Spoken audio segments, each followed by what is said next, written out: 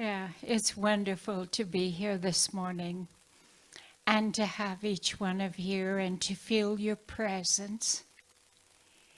And to you on Zoom land and to you that are in the presence of now as you listen to a recording. So, welcome. And to you in Zoom land, blessings, blessings, blessings. Well, I am to be your pulpit assistant this morning, and I am known as Shirley Angel Love. So I hope I am trusting that you're here to receive. You're not here to be entertained, but to receive.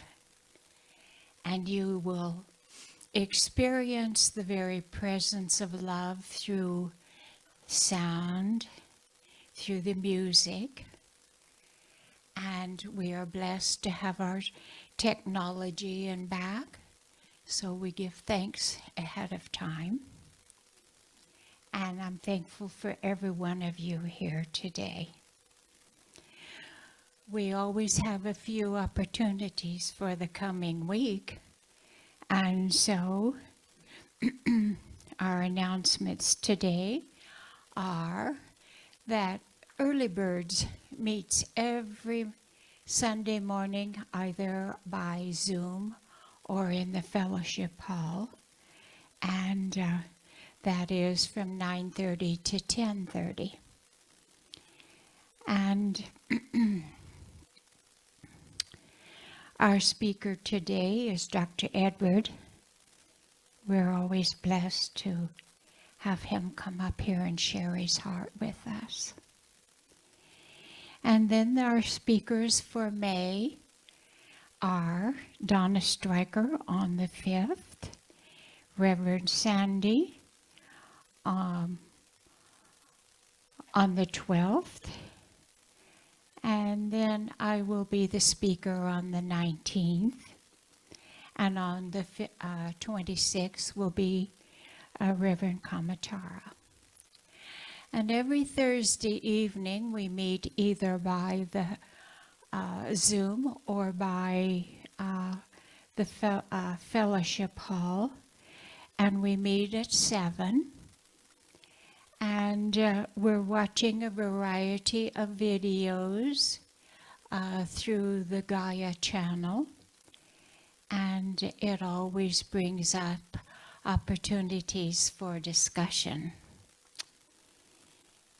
And this is a wonderful thing here. Wellspring is a tithing community.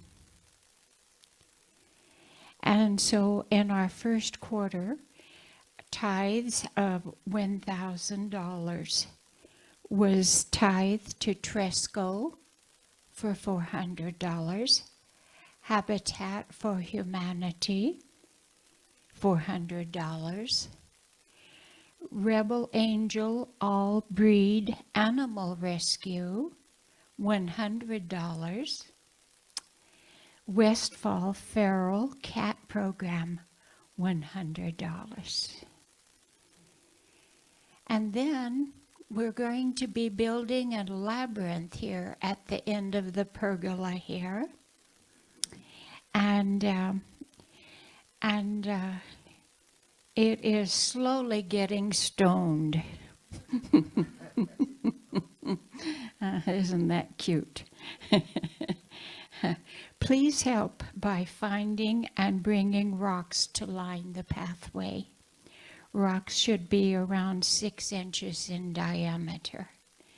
We will collect them in the pergola until time to construct the labyrinth. We need a lot of rocks. And tonight is the Seder at 4 p.m. over in the fellowship hall. And so it says that you need to sign up in the social hall. It's closed, okay. It is closed because they had to prepare for it. And so men will need to wear a hat or a cap.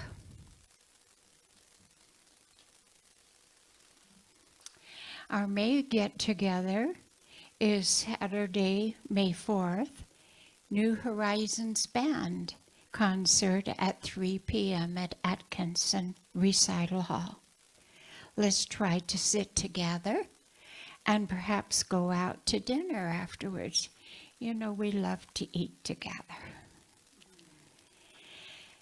The Mesilla Valley Chorale will be in concert Sunday, May 5th at 3 p.m. at the Rio Grande Theater. During these times of unrest, they've decided to sing about peace and freedom. That's very special. Tickets are $10 and may be purchased in advance through Judy Bethman. You may purchase at the door, but the last concert, people were turned away as the auditorium was full. So don't wait. Don't wait. And last but not least is our prayer time each Tuesday where they pray for your requests. We have a box at the end of, at the back of our room here that you could put your requests in, or you could give them to Edward. And it's a good time at 4:15 p.m. to sit in quietness and join with the prayer circle for your request and even for others. Because we know that Spirit answers every time. Okay. So now it's time for our invocation.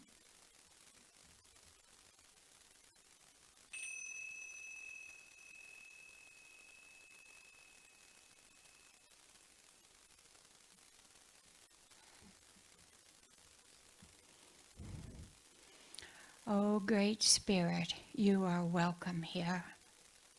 You were here and are always here.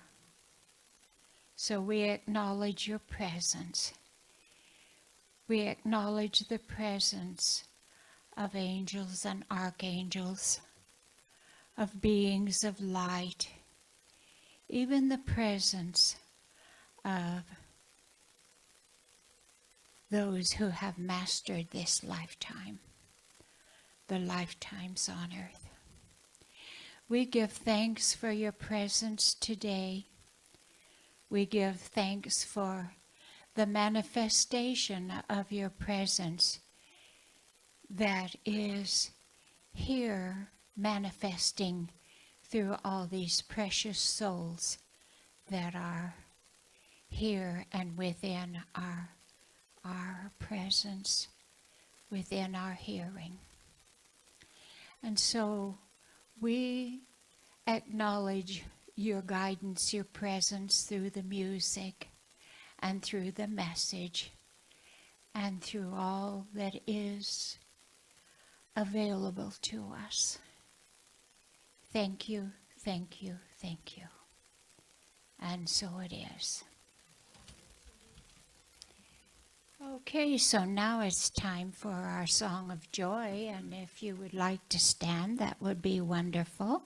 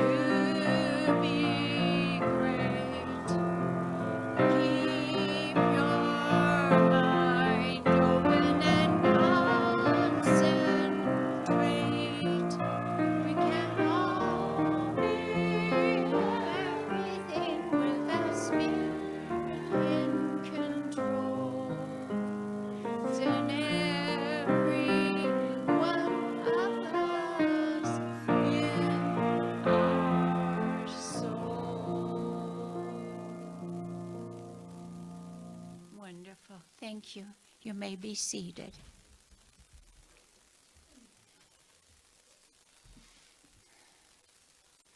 And now it's time for us to read our vision, our mission, and our affirmation. Our vision: to elevate spiritual consciousness in our world. Our mission: to support individual spiritual quests through celebration, study, counsel, loving fellowship, and service. Our affirmation: as the days grow longer and the sun shines more brightly, we affirm that our inner light is shining brighter.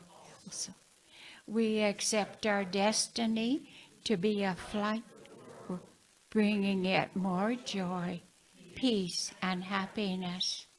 And so it is. And so now we're blessed to have Doug Adamz.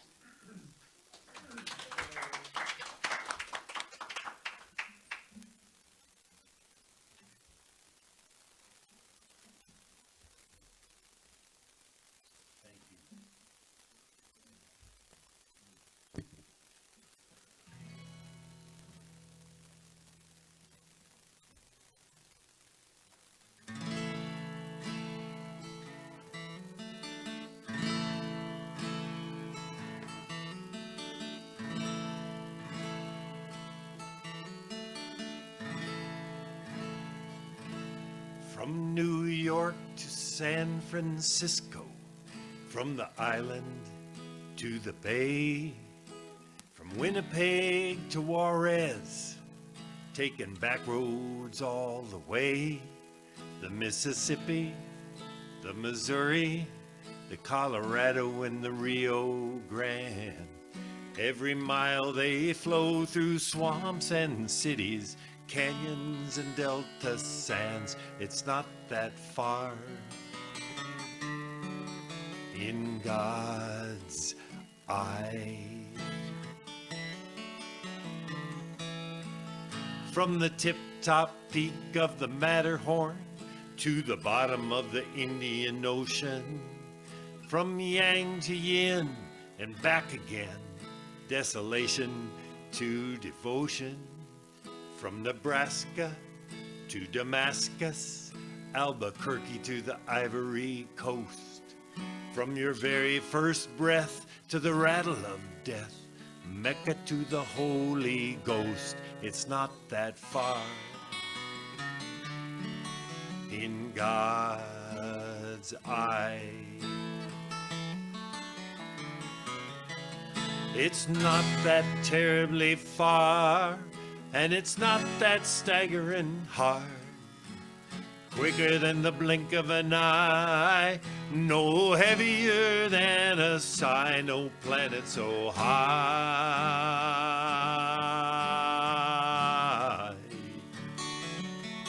In God's eye.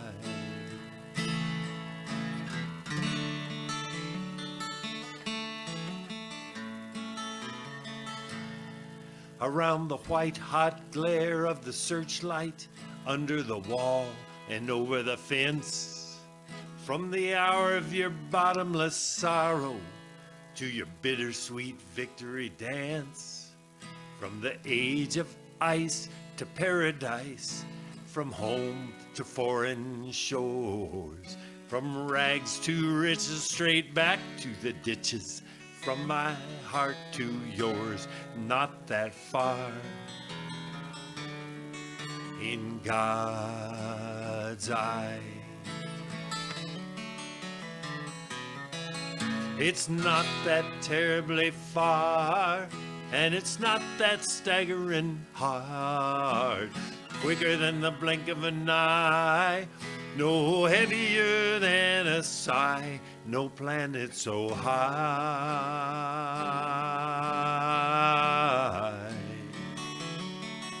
In God's eye.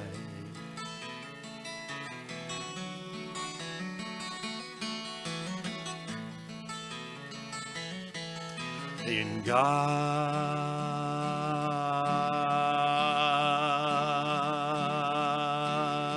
eye.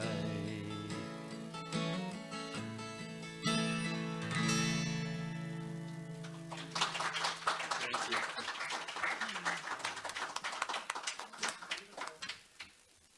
Thank you, thank you, thank you. You're such a blessing. Such a blessing. And we're always happy to have Nancy, too.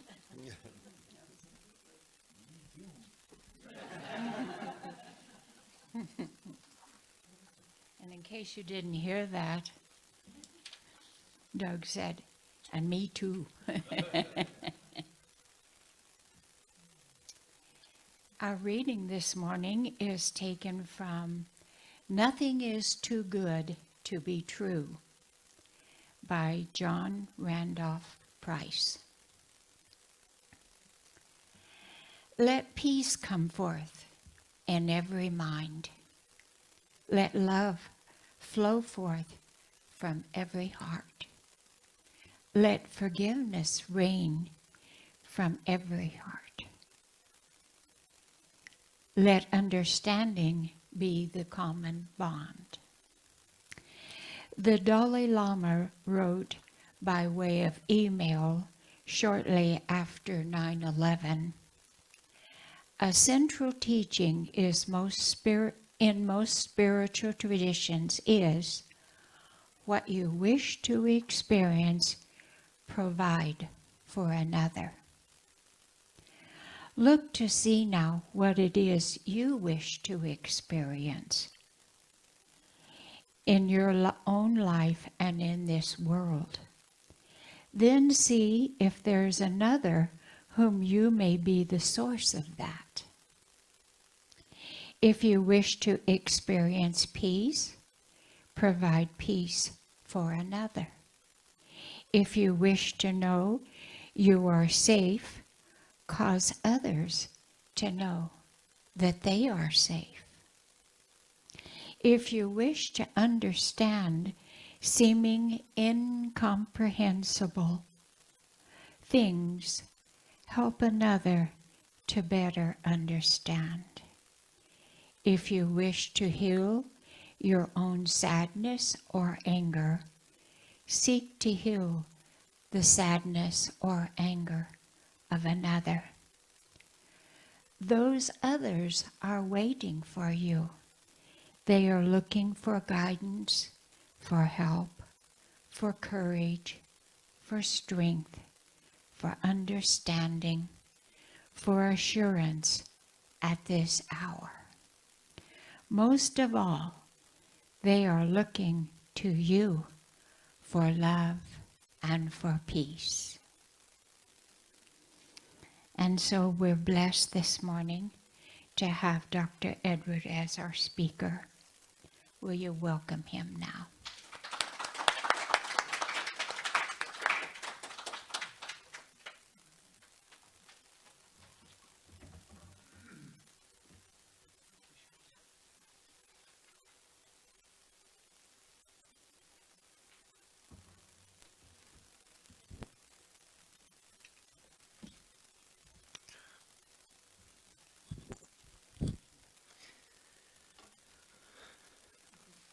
I was going to bring a few more books, but I couldn't find them.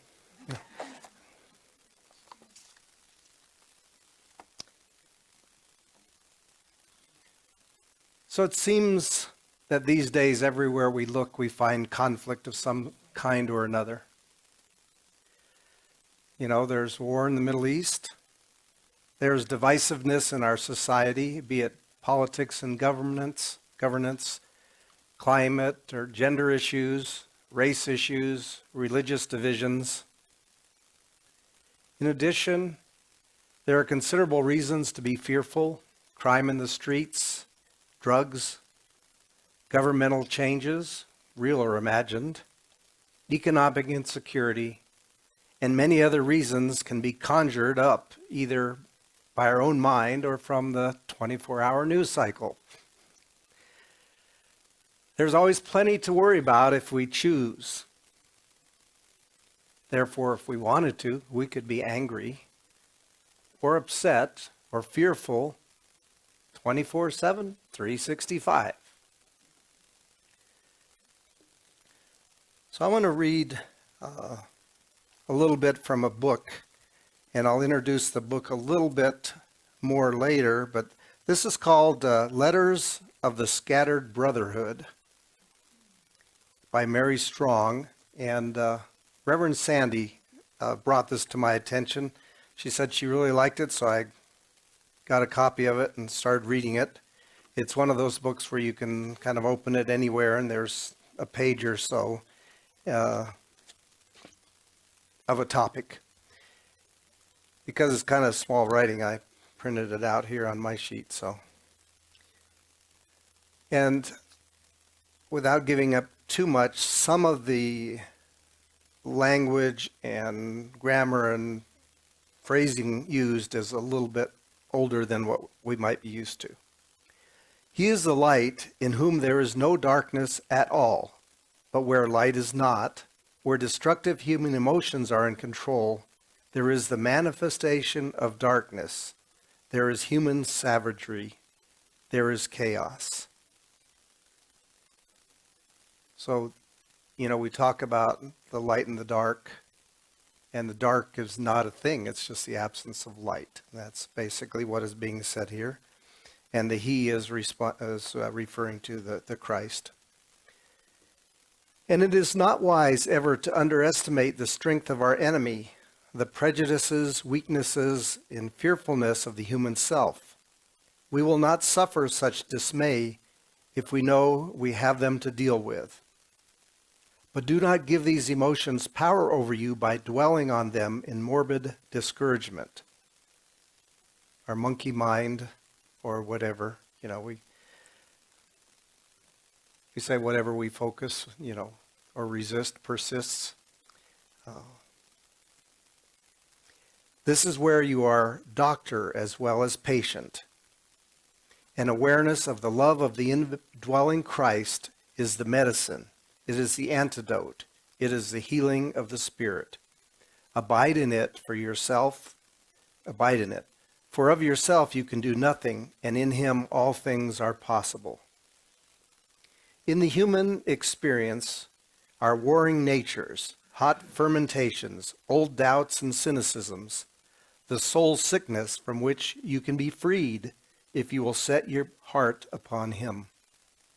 His healing balm is love. It is given you to compound. It cannot be thrust on you. So we know that this love is never forced on us, but it's always available. Today, when the earth is more greatly troubled than ever before, whole communities of people turn their faces away from their responsibility to a world in peril. In their daily lives, where vigilance should begin, they cling to habits of comfort and self-indulgence.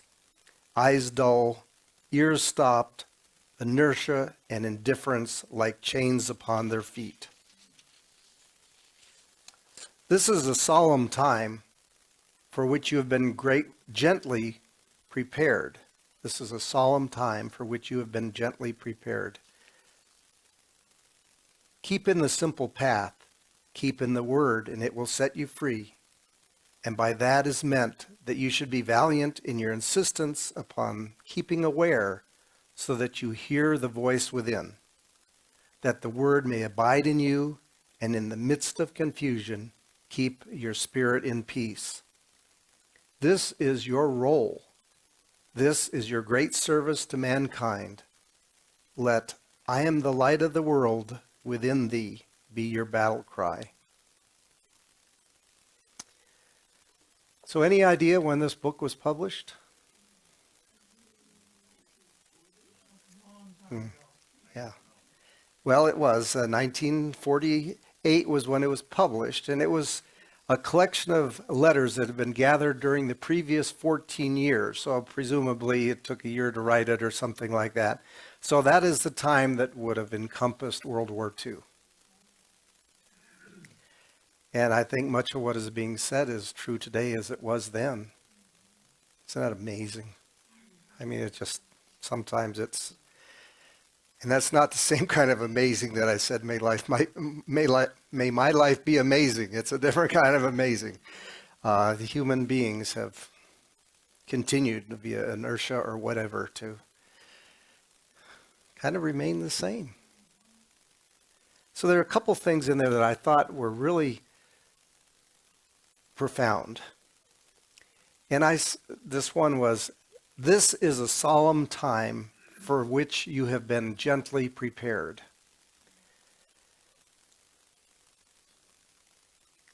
Think about that. I mean, sometimes I say, the fact that you're here today says something. And I think part of what it says that you're here or you're listening to this is that you have felt a calling. You have come here. So let's set the table a little bit, shall we say, as to why this is any of our business and what we might be able to do about it. That's the question. What is mine to do right here, right now? And some of that, of course, was mentioned in the previous paragraph. So on the assumption, or for some of us, the belief that we have chosen to incarnate at this time and place, it automatically follows that we knew what we would find when we got here. It was no mystery, this earth school, as we call it. And on top of that, again, like we said, being gently prepared, we felt we could make a contribution to the world stage as it is or would be in our lifetime. And those of us who have read this book in Early Birds, Your Soul's Plan, we do realize this. I phrase it as, you are here on purpose, with a purpose. So since we got the calling and we have a purpose for our life here and now, don't you think it would be natural that we would want to do the best job we could? So, unfortunately, it seems that we can be distracted from our real purpose by our external and our internal environment. And by what that I mean, we've spoken about our external environment, war and dissatisfaction and divisiveness and things like that. So if we focus on that, chances are we're not going to be focusing on the real reason we're here. So let's now turn to our internal environment that might be distracting us from our true purpose. And the biggest distraction, I think, is our mind chatter. And if you recall, this is not anything new, but Brian Kurtz spoke about that when he was here a few weeks ago. And, in Early Birds, we've been reading his book, Access the Real You. And in case you missed it, he'll be joining us again in June to speak a little more on his book.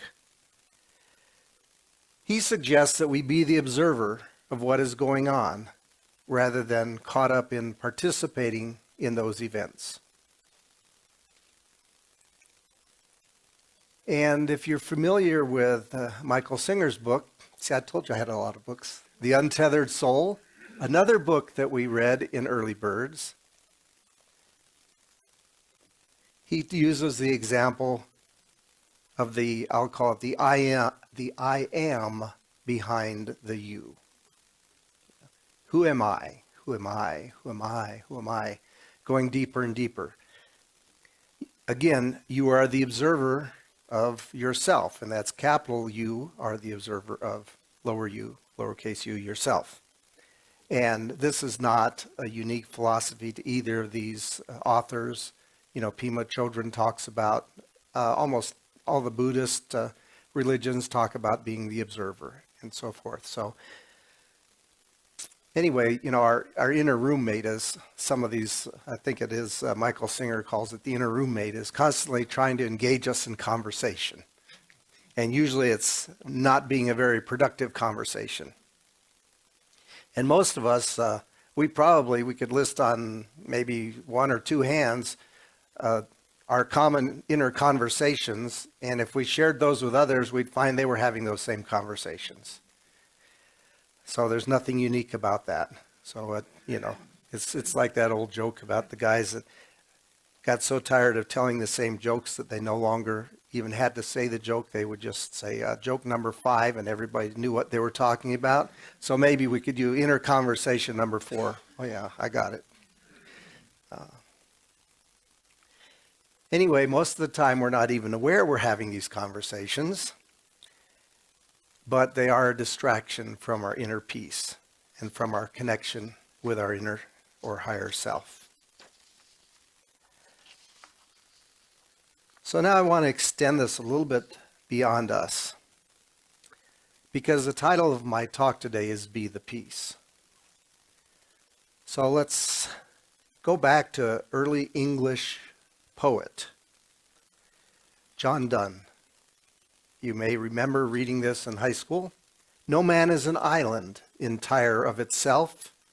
Every man is a piece of the continent, a part of the main. If a clod be washed away by the sea, Europe is the less, as well as if it were a promontory, as well as if a manor of thy friends, or of thine own were, as in were washed away. Any man's death diminishes me, because I am involved in mankind, and therefore never send to know for whom the bell tolls. It tolls for thee. Who would have thought? I mean, I don't think I was really paying attention to what we might call new thought or enlightened thinking in high school when I read that the first time.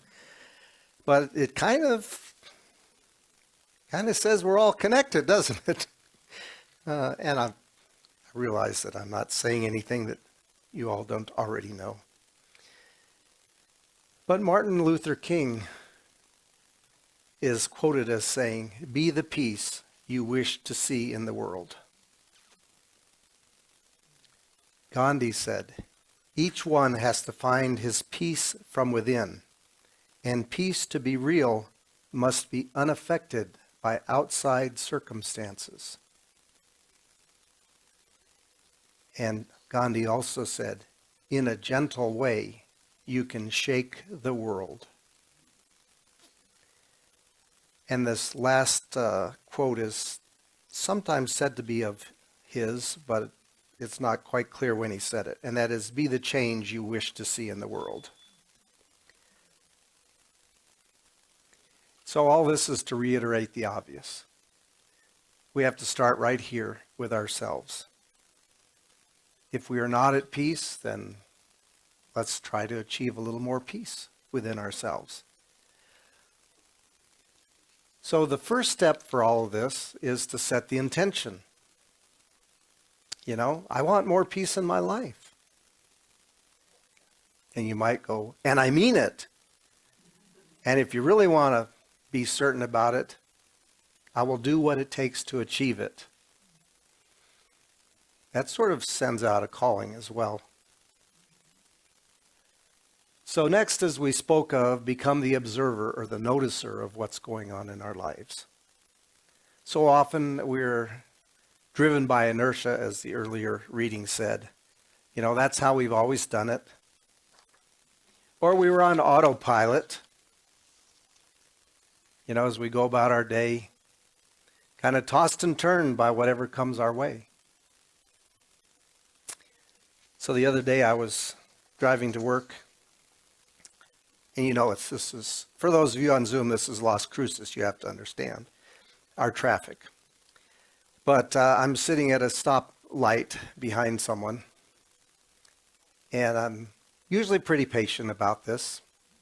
The light changed to green. I'm kind of going 1001, 1002, 1003. I don't know what it was about that day, but I honked my horn. I think it was about 1005 when I honked my horn, but I hadn't really been counting.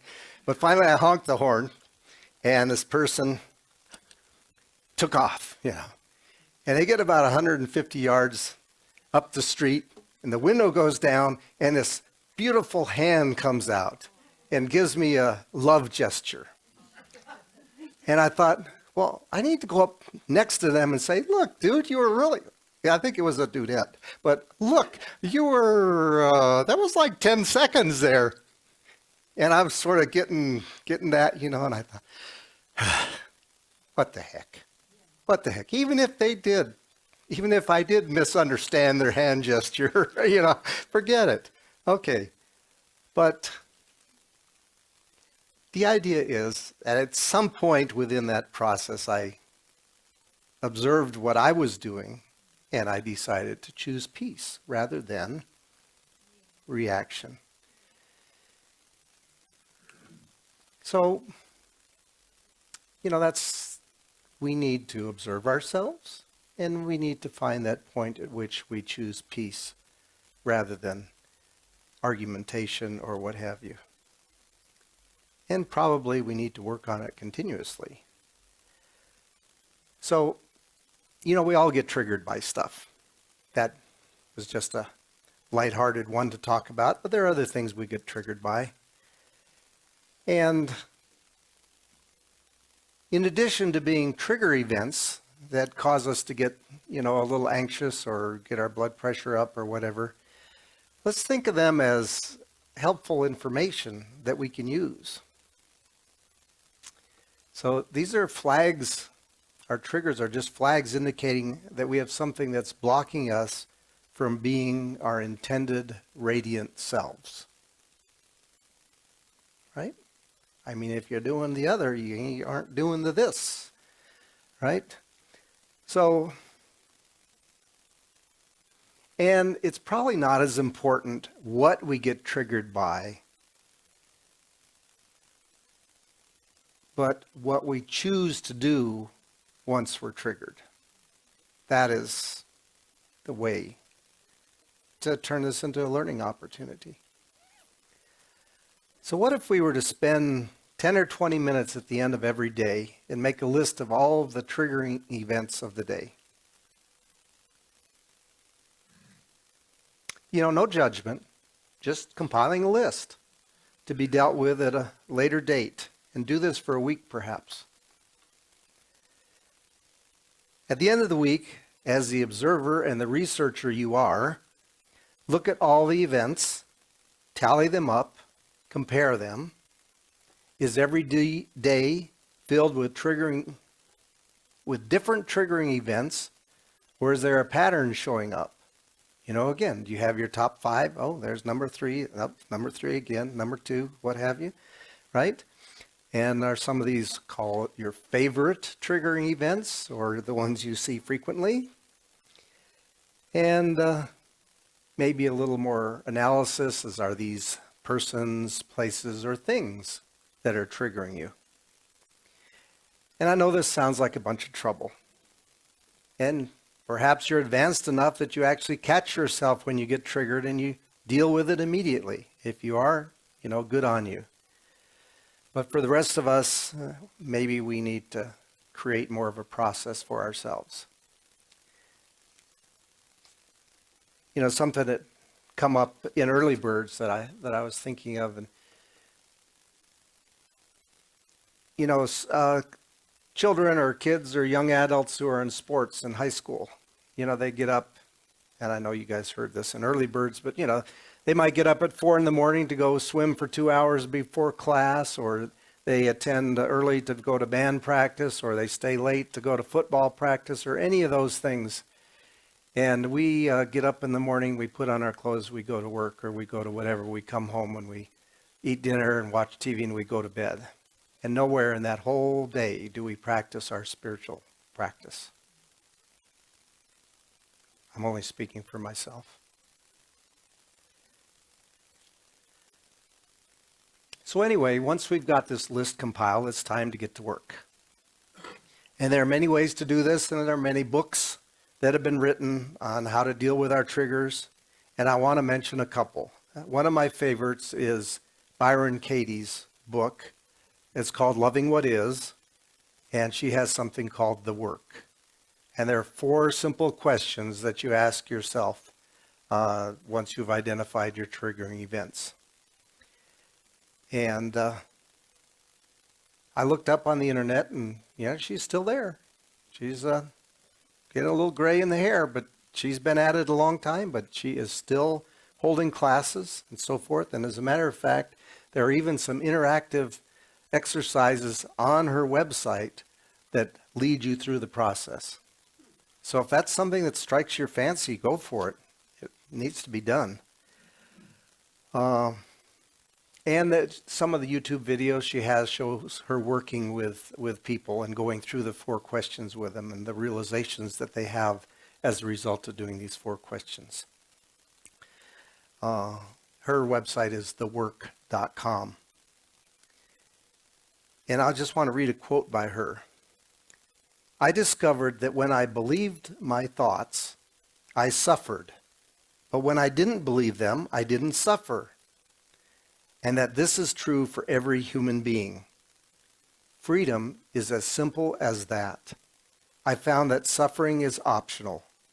I found a joy within me that has never disappeared, not for a single moment. That joy is in everyone, always. And I invite you not to believe me, I invite you to test it for yourself. That's Byron Katie. So this is one way to find your joy and peace. And another way, as I mentioned, Brian Kurtz's book, he talks about being the observer again. There's something common in that. And he says first work to resolve it. And then when you've done all you can to resolve it, but find there's still something left, then you refine who you are being about that situation.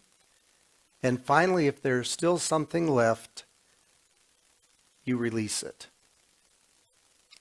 All right. So I think this ties in with what Byron Katie says. Our thoughts are not us. We are just the observers of our thoughts. But when we believe our thoughts, we suffer. So in summary, when we find ourselves upset by the goings-on in the world or our neighborhood or even ourselves, we must step into our inner place where there is peace awaiting. And I want to read finally from this same book that I started with, the Letters of the Scattered Brotherhood. Much depends upon making up your mind. The nature of the human animal, as you well know, is subject to suggestion. The feeling nature, when left to human devices, is unprotected, easily dismayed, elated, bored, or irritated. The mind is moved by noises, cold, heat, stupidities, a letter, the disloyalty of a friend. But when the mind is made up, all these challenges can be divinely met. You are not defenseless. You are only defenseless when you are spiritually asleep. Bring into focus your Godhead, your divine manhood, humanhood, by saying, I make up my mind to be in the light of faith always. While I talk to people, while I walk, while I eat, wherever I go in every house, I will use it against all alarms. I will dwell in this eternal patience. In God's name, I will be reborn. And so it is.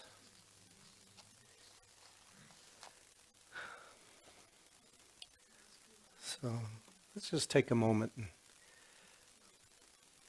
go into that place. And as Shirley said earlier in her invocation, we invite all those who are here physically and those that we cannot see in this time and this place right here and right now. We invite them to participate with us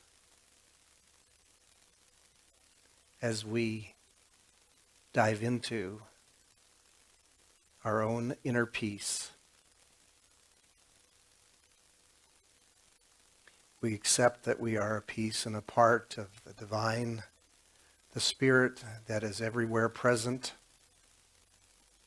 that as such we speak with that same power of the Word.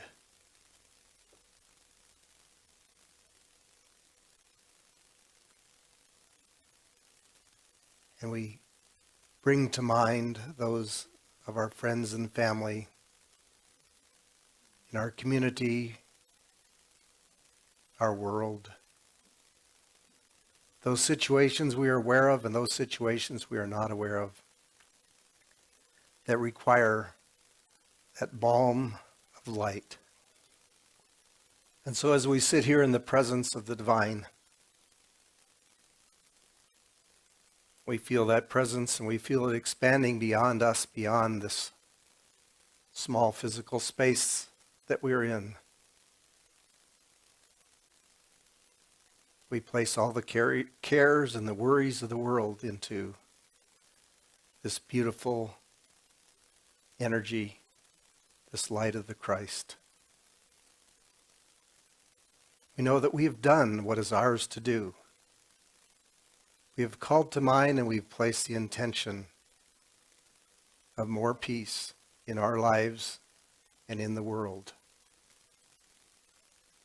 And we know that the rest is up to Spirit.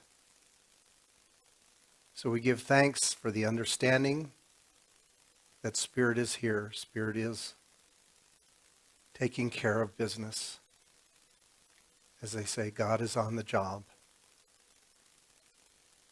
So we release all of our cares and our concerns. We turn this over to the mind of God, knowing that it is already being done. And so it is.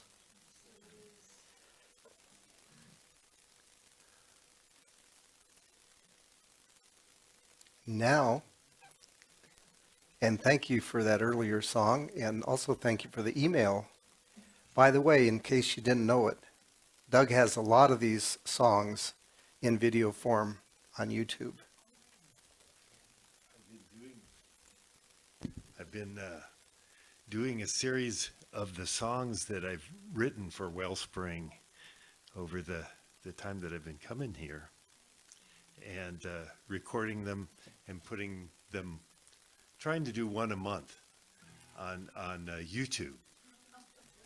So you can, it's easy to find my name, Doug Adamz, Adamz with a Z on the end. And you do the search on YouTube. Go to YouTube and do that search. And the most recent one I did was God's Eye, which I played just a minute ago. And I've done Fountain of Peace and one called Spirit. And what was the other one? Burning Bowl. So I'll remind you of that one when New Year's comes around. Anyway, it's been a great project, and I plan on continuing it. And I haven't recorded this one. It might have, if I'm going to do them seasonally, this one will probably have to wait till next spring. Spring got the jump on me this year. But yeah, it sprung up. But I wrote this a year ago for playing here, so it seems like not that long ago. But here it is, Springtime Again. And that's the name of the song, Springtime Again. A poem set to music.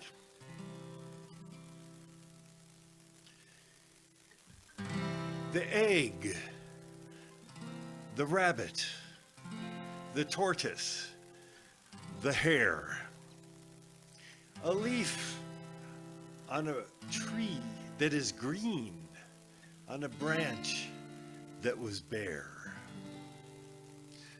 Soon all of the branches on all of the trees will be covered with green, and birds' nest, and bees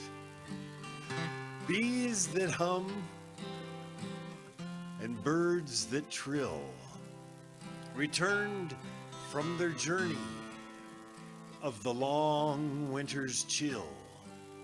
Yes, they trill, and they tweet, and they chirp, and they squawk and they flutter for cover at the sight of a hawk.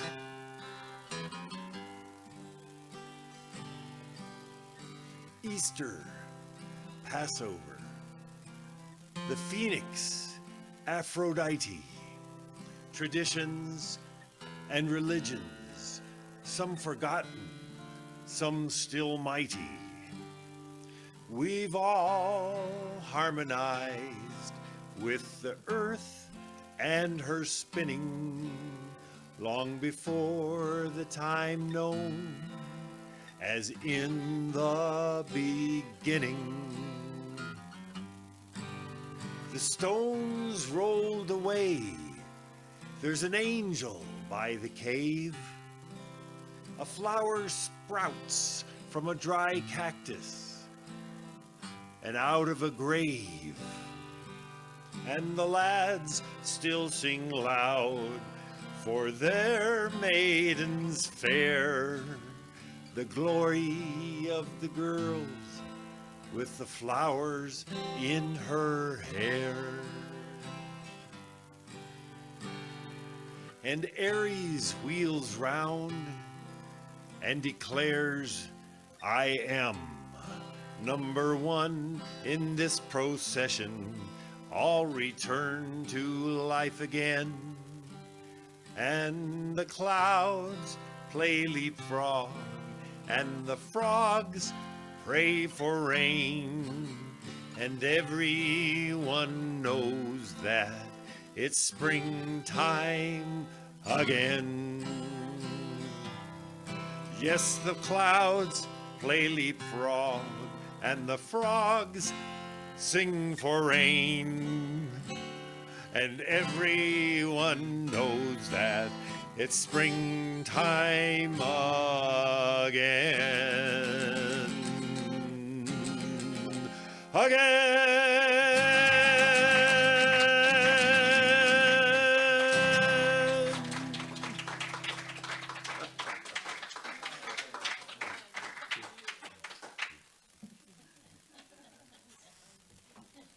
That was fun. That's fun, yes.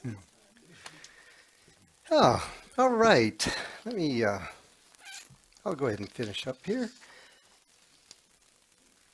So it's time for our offering. And I see somebody there is going to be bringing the basket forward.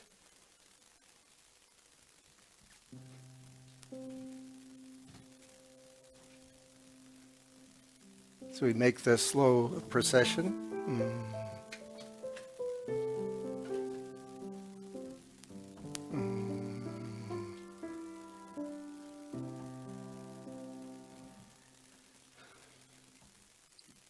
Thank you, Jim.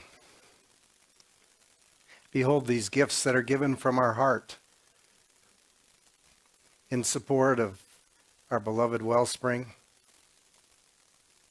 And as we spoke of earlier, Wellspring gives of these offerings to organizations, mainly in Las Cruces, for both human and animal. We just know that, as with the loaves and fishes, that these offerings are multiplied. And we give great thanks for all the offerings. And so it is. Thank you.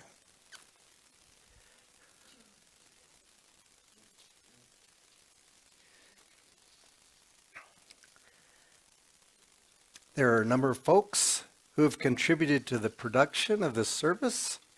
Obviously, our musicians are up here, our platform assistant. We have our cameraman and our tech person in the name of Brenda today.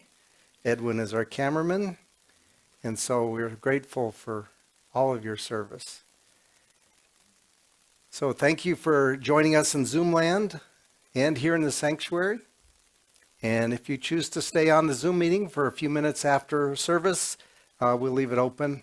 The rest of you, please join us in the social hall, where I think we have coffee and conversation. And I know there's some goodies over there as well. There's a marble cake, guaranteed not to be rock solid. All right. So please stand if you're able and read with me the benediction, followed by our congregational song. Spirit in the midst of us is mighty. Joy, peace, and eternal life are true nature and flow through us into the world, and so it is.